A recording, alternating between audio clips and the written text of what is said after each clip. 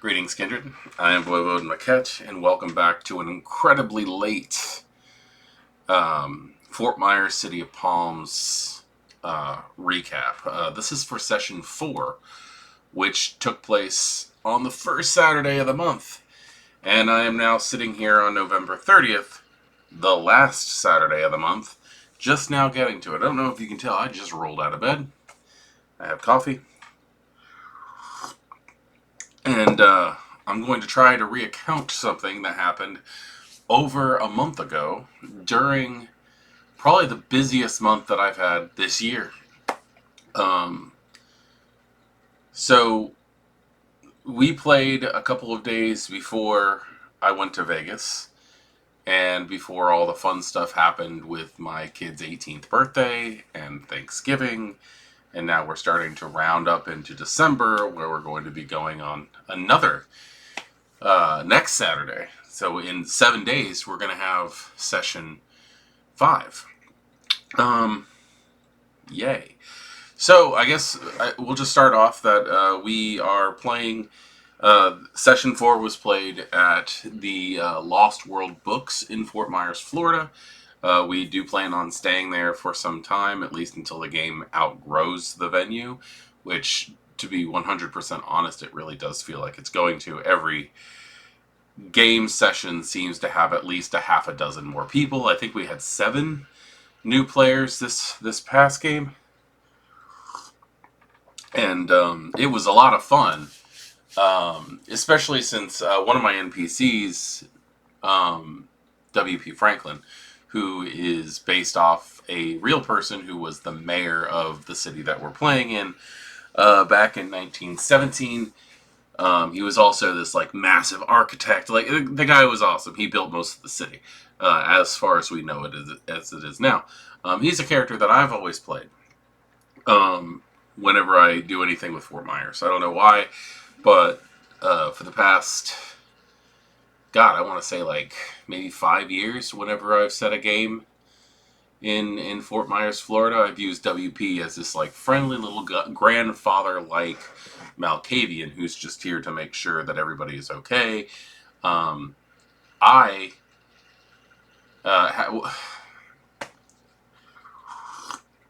over the damn place. We had a couple of guest players, first off. First and foremost, I want to say thank you to our players, which I try not to put real names in here. But they drove down, psychos, drove down, 2 of them, from Illinois. We live in Fort Myers. That's like a 2-3 day drive. Like, that is a ridiculous amount of country to cross to get to Southwest Florida from Illinois. 2 amazing players. And then we also had another guest player who came in from Tampa, Florida, which is just a couple of hours away, who I believe is going to be joining us from now on. So that's awesome, especially since they are from the Tampa, Florida LARP, which is a LARP that I participate on the second Saturday of the month. So anyway, our friend from Tampa, he drove down and he wanted to see how the game was run. Compare notes basically on Tampa and Fort Myers. And he's like, hey, do you have something I can play as like an NPC? So I gave him WP, and he turned my mild-mannered, grandpa-styled character into the sassiest pain in my ass that I have ever seen, which was really fun. And ending up having the Prince of Fort Myers. My room is a mess. Ending up having like the Prince of Fort Myers and WP in the same room, because usually I have to play both of them, and basically just having one NPC out at a time is the way that I try to handle things, so I'm not confusing people. And the idea of having like an argument or a fist fight with myself for the entertainment purposes of others, this ain't Fight Club. So if you have not been paying attention to the City of Palms Fort Myers by Night game, why are you watching the fourth one? Anyway, we are set in Fort Myers, Florida, where the city has been independent since its foundation in 1886. I need to clean my computer. The dust is making buzzing sounds. Anyway, so a few months ago, we started this plot line where this guy comes in and claims Praxis, and the city is all in upheaval about whether or not they can trust him or not, and why they want the Camarilla to come in and start setting up in a place where they've never been before, and the residents of the city have been completely fine without anybody from the Ivory Tower overseeing what they're doing. And I really expected a little bit more pushback. I kind of expected full-on war. I expected a good number of the players to just go anarch. Which, by the way, I want to say welcome back to one of our old players who actually brought an anarch character into the game. Maybe? I don't know. Could be worse than that. This past session. Anyway, so after all of this time, after the few months that we've been able to play, and we do have stuff that happens on our Discord constantly. The game is almost kept in real time because of that. But we have like a full-on Primogen Council now. We have, God, I can open this and see exactly what we have to give you guys direct information. So we have, I don't know. There's so much stuff going on.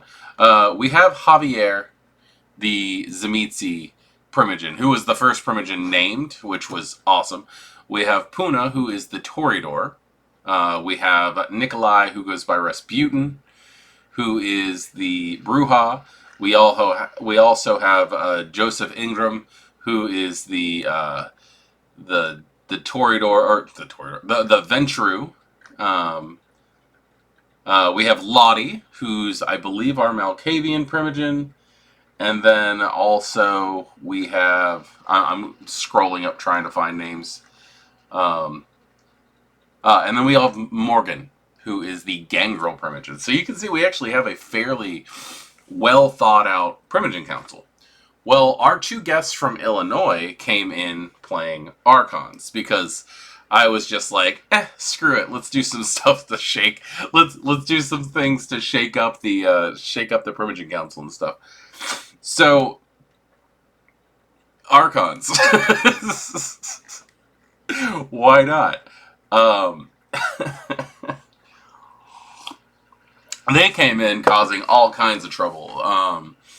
The player that played the main arc, like we had two come down. One, I guess one was technically in charge. We had like an Archon and their assistant, basically come on down. And for those of you who pay attention to the Bloody Foundations game that I run, that pops up every once in a while if I actually had time to edit anything. She plays Names this early in the morning do not work well with me. I'm gonna drink more coffee while my brain tries to figure things out. 1 million zillion jillion dillion cotillion times later. Devine. She plays Devine. Anyway, amazing player. I'm really happy to have her in my games. And also, I believe, and I'm awful with names, so I'm sorry if I got this wrong, but I believe it was Josh who came down with her. They played some amazingly docile Archons. Like, they were very quiet, and they were scheming, and they were doing their own things, but they weren't doing anything overtly obnoxious. Now, every time the Prince tried to have a conversation with these Archons, WP, played by our other guest player from Tampa, comes up and goes, "There's another Kindred that needs to be introduced. There's another Kindred that needs to be introduced." Now, while this is all happening in the background, also, we have a Tzimisce whip, who's actually a Revenant. They're not even Kindred. They were given the job primarily because of experience with dealing with clan matters, but it's an Obertus Revenant. And while that's happening, they're sowing discontent in the background over the fact that there's no domains planned out in the city yet. That the Prince has not taken it upon himself to tell everybody where they're allowed to feed and all that other junk. Which blew up massively after the game over in the Discord. But our Archons are handing out freaking human teeth, baby teeth. That's what they were calling them because they're so tiny. But like, the player actually like had little teeth made out of resin made up. Like, they looked and felt so real, and they were just effectively just a modified blood pearl, so they could like spy on people and tell where people are and stuff. And it just lots of junk. We had a really good time. Basically, that's really all I have to say. But I have found that the Prince and the Primogen Council are starting to see eye to eye a little bit more. We also have a really good a really good city council outside of the concept of words outside of the Primogen Council.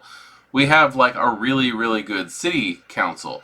We have just to let you know what we have right now. I'm trying to not make this as overwhelmingly long.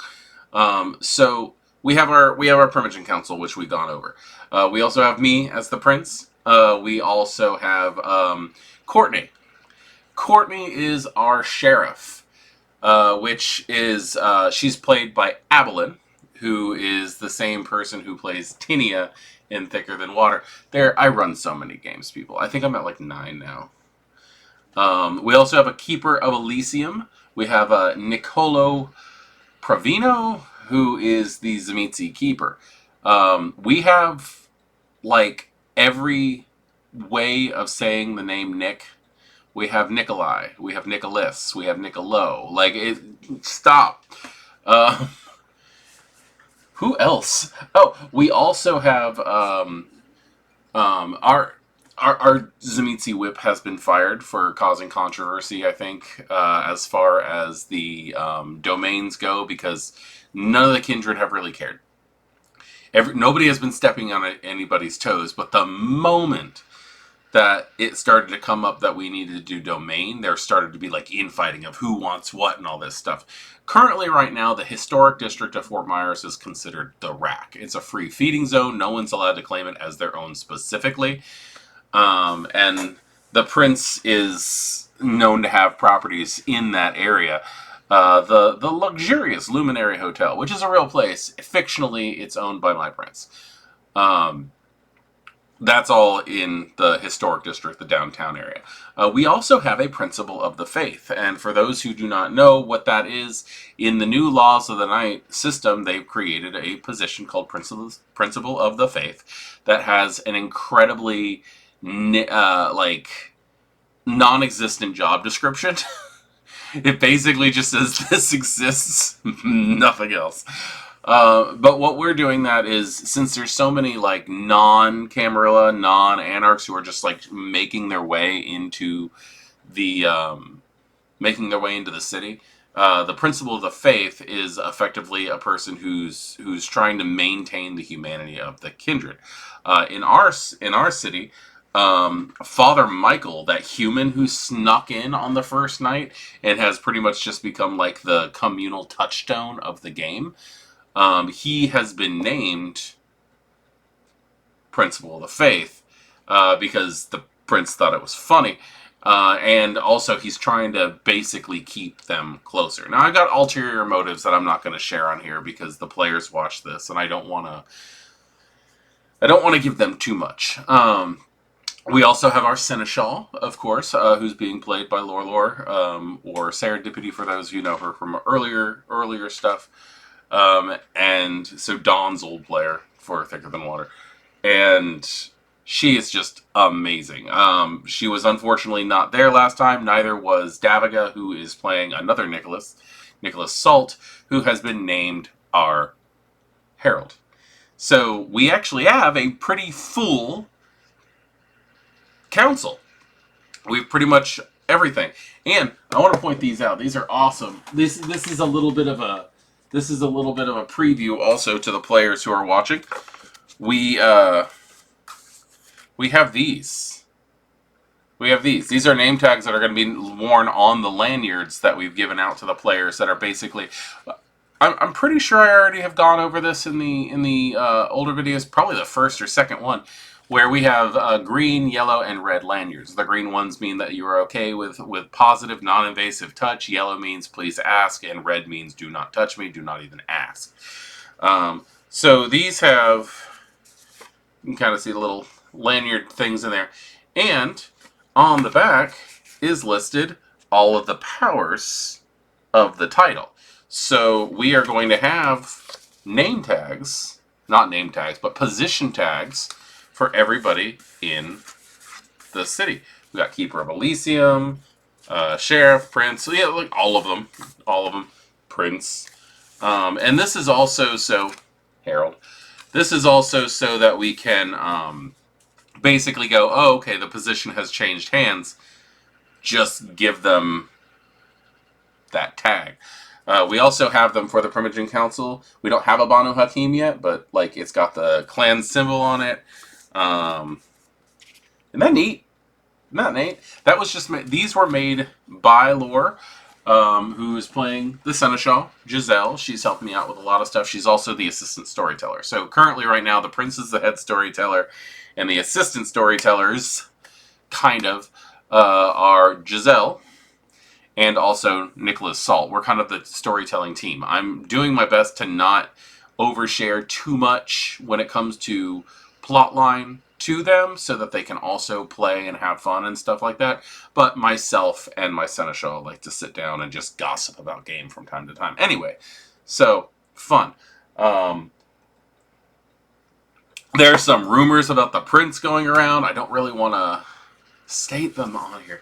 It's really hard to give these ST diaries without giving out too much information. But basically, the game is just going great. We're having a lot of fun. New players all the time. I guess one of the big things that we're working on now is that now that we have kind of like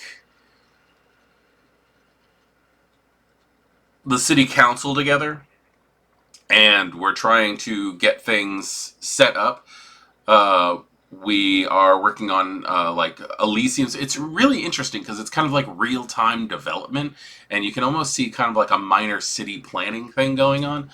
But we are talking about starting, since there's so many new Kindred who have come in, starting a Kindred school, like a finishing school, very much similar to the way that Tritzius does it in Chicago. So since my prince had just recently been to Chicago, he's pushing this because there's so many new Kindred, and the idea, because this actually came up, one of our players who plays Elizabeth, one of our Malkavians, she asked, is she going to be having a becoming party? And not really knowing what that was, myself and Laura sat down, we talked about it for a couple minutes, and we went, oh, you know what? This sounds very much like the concept of a release event. The idea of this person's sire is releasing them. A lot of these vampires don't have sires. I have a boatload of orphaned kindred in the city. So what we're going to do is we're going to have the school, at least this is the idea, we're going to have the school. They're going to learn what it is to be a kindred, how to be quiet about things, how to cover up the masquerade, what the rules are, all that stuff, how to lick wounds when they're done feeding and all that junk. And then when they're done, when they've passed the mandatory curriculum, which will be set up by the city's council, then we will have a graduation ceremony. And when we have a graduation ceremony, that will count as their release party. So I'm really excited to see how this is going to go. The Discord is going to have to upgrade and have that school involved in it so that the kindred can interact and stuff like that there. And also so we're not trying to like do the classes during Elysium events. We do not want to do that. So yeah, I think that's really all I have to say. The video is probably long enough as it is. I'm looking forward to next session to see what's going to happen because there's so much progression in this story. I am concerned that we are going to have to change location soon, which sucks because I really, really love Lost World books. I think it's a great place. The owners are being phenomenal hosts and allowing us to use 3 full rooms just for us and the outside. Which is going to be great for now because it's not like really raining and it's also not that hot outside because it's going into December. And yeah, we actually do have winter here in Florida. It's where we put on long sleeve shirts. So, I fucking hate Florida so much. It's so hot. Anyway, so yeah, anyway, there's just a lot of stuff happening. I really can't wait to see what happens.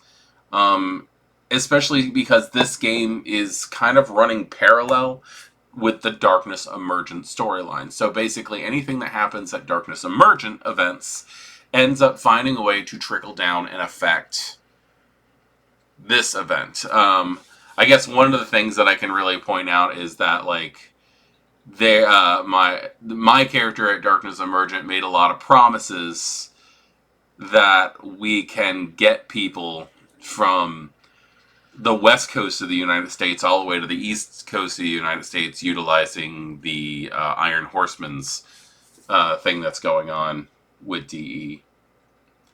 So that could lead to some interesting things. That's actually really interesting also because I did talk to some people at DE who have talked about coming over to Fort Myers and playing, and I'm like, yeah, bring your characters, bring your DE characters. Like, I can't promise you experience traits, but I can promise you experience. You know, I can let you guys play on that stuff. Anyway, that's pretty much all I have to say. I hope this is as enlightening for you as it is at least stress relieving for me, because I really do like just kind of like pulling the exhaust port, you know, allowing myself to just let it all out. So with that, I guess look forward to the session form meme compilation, which will be coming out soon. That's probably one of my favorite things about this, is that all the players, those meme compilations that I'm putting out, aside from putting them in a semblance of order, if I can, and putting them in music, that's 100% on the players of this game.